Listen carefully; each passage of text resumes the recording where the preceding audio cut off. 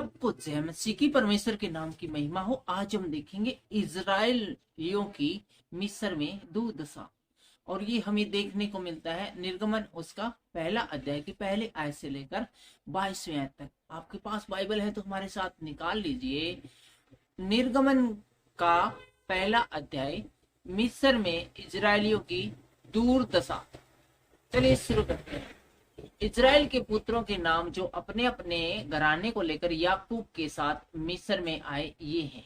अभी हम जो आगे बताने वाले हैं, ये हम याकूब के घराने के नाम बताने वाले हैं, जो घराने के याकूब के साथ में अकाल के समय मिस्र देश में आए थे, बसने के लिए आए थे। क्योंकि अकाल का समय है वो बहुत खतरनाक था, और अकाल पड़ते हुए 2 साल हो गए थे, और 5 साल और भी भयानक अकाल दुनिया भर में पड़ने वाला था। इसलिए ये सब लोग कन्नान देश में जो इजराइल के साथ आए थे, उनके उन घरानों के नाम है वो जल्दी से पढ़ देते हैं। रूबेन, शिमोन, ये घरानों के नाम है। लेवी, यहूदा, इसाकार, जबूलून, बिन्यामीन। इसको ऐसे पढ़ सकते हैं, दान का घराना, नप्ताली का घराना, गाद और आशेर का घराना। और यूसुफ तो मिस्र में पहले ही आ चुका था, और 17 साल की उम्र में ही यूसुफ तो आ गया था। और ये बाकी लोग करीब करीब 20-22 साल इसके इधर आए थे। याकूब के निज वंश में जो उत्पन्न हुए वे 70 प्राणी थे। और जबकि जो याकूब का जो अपना घराना था, जिसके कि हम कह सकते हैं बेटे पोतियां वगैरह, ये टोटल 70 थे। यूसुफ और उसके सब भाई और उस पीढ़ी के सब लोग मर मिटे। यूसुफ भी मर मिटा, और उसके जितने भाई बहन थे सब के सब मर मिटा है। सब के सब मर गए, अपनी अपनी उम्र के हो गए, सब मर गए। उसके बाद के जो बात है वो यहाँ पर शुरू होती है, उसके बाद की घटनाएं यहाँ से शुरू होती है। परंतु इजराइल की संतान फलने फूलने लगी, सब लोग मर गए। याकूब मर गया, उसके बेटे मर गए, पोते मर गए, पोतों के भी पोते मर गए। लेकिन जो परमेश्वर ने जो आशीष याकूब को बख्शी थी, वो आशीष जिंदा रही। इन लोगों के मरने के बाद भी उनकी पीढ़ियों पर वो आशीष फलती फूलती गई, और इतना अधिक बढ़ गए कि सारा देश उनसे भर गया। और परंतु इजराइल की संतान फलने फूलने लगी बहुत ज्यादा संख्या में। पहले 70 आए थे, उसके 700 हो गए, 700 के 70,000 हो गए, और फिर करीब 4-5 लाख से भी ज्यादा इनकी संख्या मिस्र देश में हो गई थी। इन कन्नान देश से आए हुए याकूब के घरानों की संख्या, और इतना बढ़ गया कि सारा देश उनसे भर गया। बढ़ते बढ़ते पूरा देश है वो, जहां भी देखे वहीं पर है वो इजरायली नजर आते थे। जिस प्रकार आप लंदन में जाओगे तो वहां पर आपको सारे भारतीय भारतीय चारों ओर नजर आएंगे। तो इसी प्रकार से जहां भी जाओ हर जगह ये पाए जाते थे। इतनी संख्या इनकी हो गई थी, परमेश्वर ने इन्हें इतनी ब्लेसिंग दी थी। मिस्र में एक नया राजा गद्दी पर बैठा जो यूसुफ को नहीं जानता था। यूसुफ तो मर लिया, उसके बेटे मर लिए, पोते मर लिए, तो सारी जो इज्जत मिस्र में इनकी थी ये किसके कारण थी? यूसुफ के कारण। क्योंकि यूसुफ ने अकाल के बारे में बताया था, और अकाल का बड़ा प्रबंध तंत्र किया था, और सब लोगों के प्राणों को बचाया था, और दुनिया भर के देश के लोगों को अनाज बेचा था। इसलिए उसका बड़ा नाम था, बड़ी इज्जत थी। लेकिन एक राजा, नया राजा है, वो बहुत समय के बाद है मिस्र की राजगद्दी पर बैठा, जो कि यूसुफ को नहीं जानता था। तो उसने अपनी प्रजा से कहा कि क्या है ये, कौन है ये यूसुफ, कहाँ है, मुझे दिखाओ। तो लोगों ने कहा तो मर लिया जी, बहुत साल हो गए। तो मर लिया था, अब उसका नाम क्यों चल रहा है यहाँ पर? कहाँ का था वो, किसका लड़का था? तो बताया गया तो वो तो यहाँ का था ही नहीं। वहां तो वो एक दास के रूप में आया था, और पोतीपर के घर में रहा था, और पोतीपर के घर की उन्हें कारोबार वगैरह संभाला था। और फिर उसके घर का प्रबंध तंत्र देखा, और पोतीपर की पत्नी ने उसके ऊपर गलत काम का आरोप लगाया था, और वो फिर वो जेल में डाला गया था। और वहां पर राजा के सपनों का अर्थ बताकर वो प्रधानमंत्री नियुक्त कर दिया गया था। और उसके बाद है उसने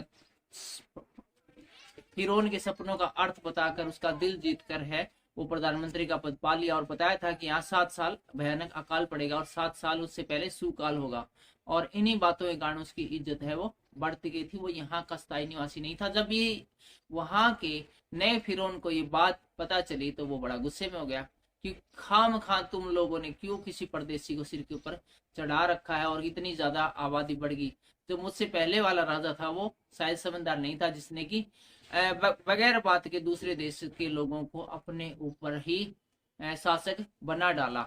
और उसने अपनी प्रजा से कहा, नया जो प्रधानमंत्री बना, नया जो फिरौन बना, उसने अपनी प्रजा से कहा, देखो इजरायली हमसे गिनती और सामर्थ्य में अधिक बढ़ गए। तो उसने कहा, जनता से कहा, ये मूर्ख जनता तुम जागो, ये जो परदेशी आए थे, यहाँ पर रिफ्यूजी आए थे, अकाल से बचने के लिए आए थे, आज ये आबादी में हमसे भी डबल हो गए हैं और इनकी सामर्थ्य और पावर देखो, सब के सब अमीर हो गए, सब के सब ऐस मार रहे हैं और हम कंगाल बनते जा रहे हैं, हमारी संख्या घटती जा रही है।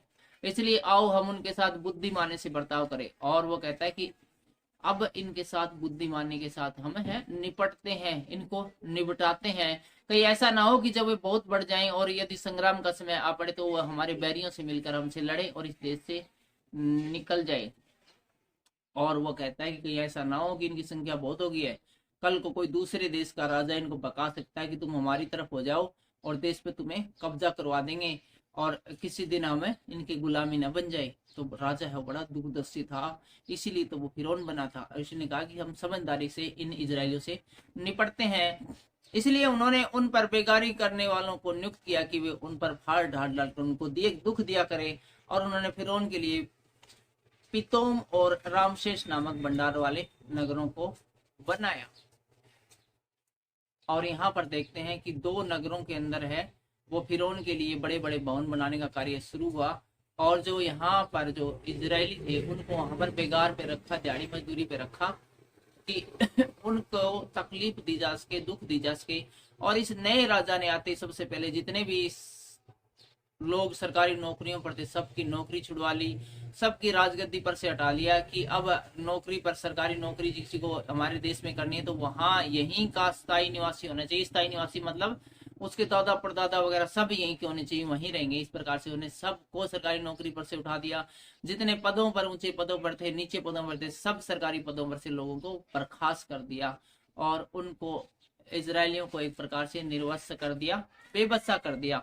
पर जो जो वे उनको दुख देते गए तो वे बढ़ते और फैलते चले गए और इसलिए वे इजरायलियों से अधिक डर गए। जो जो वे बढ़ते गए और फैलते गए इसलिए वे इजरायलियों से अत्यंत डर गए। लेकिन राजा ने जो फैसला लिया था कि इनको दुख तकलीफ देंगे और बहुत दिक्कत थी इनको, लेकिन क्या हुआ कि उन दिक्कतों के बावजूद वो बढ़ते ही जा रहे हैं, बढ़ते जा रहे हैं, उनकी उन्नति होती ही जा रही है। तो भी मिस्रियों ने इजरायलियों से कठोरता की सेवा कराई, लेकिन मिस्रियों ने भी कठोरता के साथ इनके इजरायलियों के साथ बर्ताव जारी रखा और उनके जीवन को गारे, ईंट और खेती के भांति भांति के काम की कठिन सेवा में दुखी कर डाला। जिस किसी काम में वे उनको सेवा करवाते थे उसमें वे कठोरता का व्यवहार करते थे और सबको दिहाड़ी मजदूरी करने वाला, ईंट निकालने वाला, इस प्रकार का जो भारी भरकम काम होता है जिसमें कि भारी शारीरिक शक्ति की जरूरत होती है, ऐसा काम इन इजरायलियों को सौंपा और उनसे कठोरता के साथ वो इनसे व्यवहार करते थे। समस्त मिस्र में ये आदेश थे कि किसी से भी प्यार से बात नहीं की जाए, हर एक को धमका कर बात की जाए और इनको इनकी औकात दिलाई जाए कि यहाँ पर ये आए हैं तो ये उनका निज देश नहीं है, बल्कि यहाँ पर एक रिफ्यूजी की बात है, एक परदेशी की बात है। सिपरा और पुआ नामक 2 इब्री भाइयों को मिस्र के राजा ने आज्ञा दी और इसके अलावा आगे इन इजरायलियों पर कंट्रोल पाने के लिए जो मिस्र का राजा था फिरौन, उसने वहां की जो दाइयां थी, मेन दाइयां थी, उनको आज्ञा दी। क्या आज्ञा दी?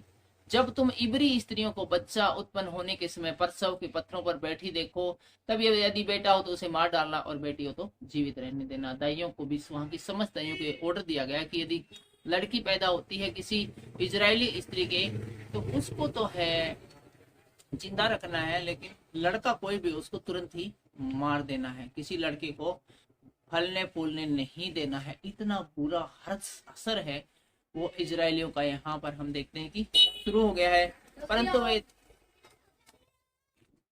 परंतु वे धाइयां परमेश्वर का भय मानती थी, इसलिए मिस्र के राजा की आज्ञा न मानकर लड़कों को भी जीवित छोड़ देती थी। लेकिन वे दाइयां वो परमेश्वर से प्यार करने वाली थी, इसलिए चुपके से वो लड़कों को भी जिंदा छोड़ देती थी, लड़कियों को तो छोड़ती थी, लड़कों को भी जिंदा छोड़ देती थी। तब मिस्र के राजा ने उनको बुलवाकर पूछा कि तुम जो लड़कों को जीवित छोड़ देती हो ऐसा क्यों करती हो। राजा ने बोला क्या चक्कर है, मैंने कहा रखा किसी भी लड़की को जिंदा नहीं छोड़ना है, तुम सभी लड़कों को, बहुत सारे लड़कों को जिंदा छोड़ती है, तुम्हारी शिकायतें मिली है। दाइयों को बुलाकर राजा उनको डांटता है। दाइयों ने फिर उनको उत्तर दिया, इब्री स्त्रियां मिस्री स्त्रियों के समान नहीं है, वे ऐसी फुर्तीली है कि दाइयों के पहुंचने से पहले उसको बच्चा उत्पन्न हो जाता है।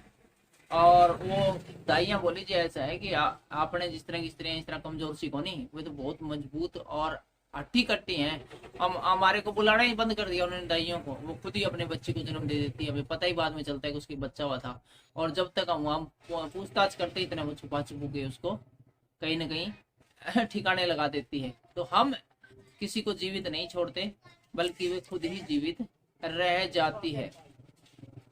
इसलिए परमेश्वर ने दाइयों के साथ भलाई की और वे लोग बढ़कर सामर्थ्य हो गए। और इस प्रकार से जो दाइयों ने जो इजरायलियों के साथ है भलाई की, तो परमेश्वर ने भी उनके साथ भलाई का बर्ताव किया, इसलिए कि दाइयां परमेश्वर का भय मानती और उनके घर बसाए।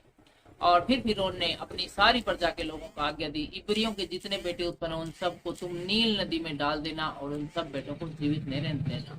और जब दाइयों वाली युक्ति फैल हो गई, तो यहाँ पर फिरौन ने नई आज्ञा दी कि तुम्हें कहीं भी मिस्रियों के कोई बेटे नजर आए, छोटे बच्चे नजर आए, तो डायरेक्ट उनको नील नदी में डाल देना, किसी को जिंदा नहीं छोड़ना है। अपने को आगे आने वाली पीढ़ियों में इजरायली हैं ये चाहिए नहीं, मुझे इनसे सख्त नफरत है, इन्होंने पूरे देश में कचरा फैला रखा है, गंदगी फैला रखी, पूरे देश के ऊपर कब्जा कर रखा है। तो आज हमने देखा कि यूसुफ के मरने के बाद है, कितने बाद में, बहुत सालों बाद है वो, किस प्रकार से इनका बुरा हाल मिस्र में इजरायलियों का होना शुरू हो गया है और इनके ऊपर नए नए दंड है वो लागू किए गए हैं। और अब उनके पास वो पहले वाली मौज मस्ती नहीं रही, बल्कि एक कठोर कारावास के जैसा ये जीवन यहाँ पर मिस्र के अंदर बिता रहे हैं। फिलहाल इतना ही, देखते हैं अगले वीडियो में मूसा का जन्म।